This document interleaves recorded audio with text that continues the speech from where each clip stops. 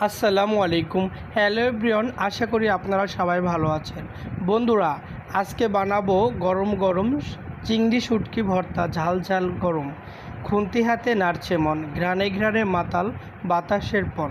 প্রথমে কড়াইতে তেল দিলাম, রসুন পেঁয়াজ ভাজা খেল খেল, শুটকি ধুয়ে শুকনা করে ভেজে নিলাম সোনালি রঙে, খুবই মজার। চিংড়ি গুঁড়ো ছাড়ালাম খোসা, নুন আর হলুদে দিলাম চোখা, মরিচ পেঁয়াজ কুচির সাথে ভাজলাম হালকা আগুনের রথে।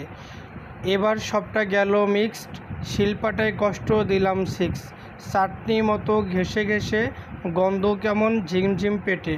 লেবু দিলাম কাঁচামরিচ, খেতে গেলে যাবে না চোখের ঘড়ি।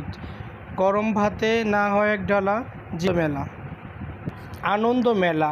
চিংড়ি শুটকি ধুয়েই মিলে, ভর্তা হলে টানাটানি তিলে তিলে।